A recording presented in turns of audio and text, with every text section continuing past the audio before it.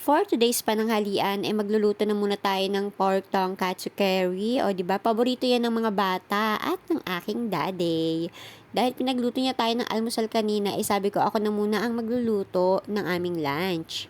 Para sa aming pananghalian, bumili nga lang kanina ng baboy at pina-slice ko na to ng maninipis. At after nun, pinukpok ko siya ng gamit netong meat na hammer para kahit papano, lumambot-lambot na yung karne at lumapad ng konti. And then, naglagay na rin ako dyan ng paminta, ng garlic powder, ng asin, at saka nitong egg. At sinamahan ko pa yan kanina ng harina. Tapos, halu-haluin lang natin. O mga mare, malinis ang kamay natin. At ayan na nga pala yung harina.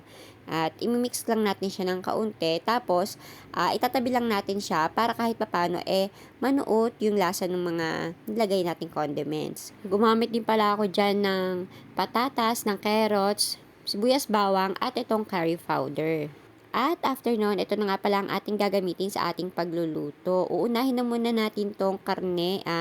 I-coat natin siya sa breadcrumbs. Yan.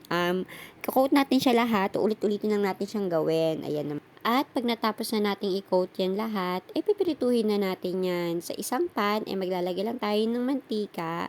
Ayan, siguraduhin nating mainit na yung mantika bago natin ilagay itong mga ating karne. At wag natin hahayaan na masunog dahil mabilis lang masunog tong yung maluto yung breadcrumbs. Nagbabrown ka agad siya. Bantay-bantayan lang natin. Syempre dapat mahinang apoy lang yan mga mare para maluto ang buong karne. At natapos na nga natin itong una nating sinalang. At pagkahango nga natin, naglagay ulit tayo ng ating isasalang ulit. So, tatapusin lang natin yan hanggang sa maluto natin lahat ng karne. Pagkatapos nga nating lutuin lahat ng karne, sa kabilang kawali naman ay magigisa lang tayo ng sibuyas, bawang at ilalagay natin tong patatas at carrots. Igigisa lang natin yan ng kaunti hanggang sa lumambot at mag-brown-brown na ang ating mga patatas. At pagkatapos nun, maglalagay lang tayo ng paminta, garlic powder at itong curry powder. Haluin lang natin ng kaunti.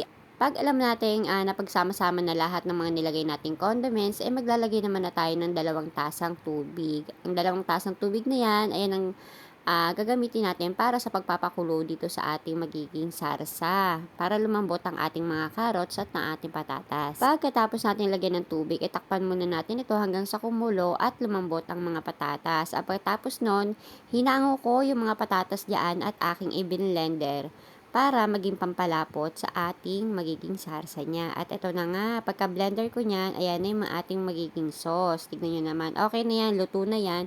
At magpe-prepare na tayo ng ating kakainin para sa pananghalian. At ito na nga ating finished product, o diba, ang ating tonkatsu curry. Enjoy eating! Thank you, Mare!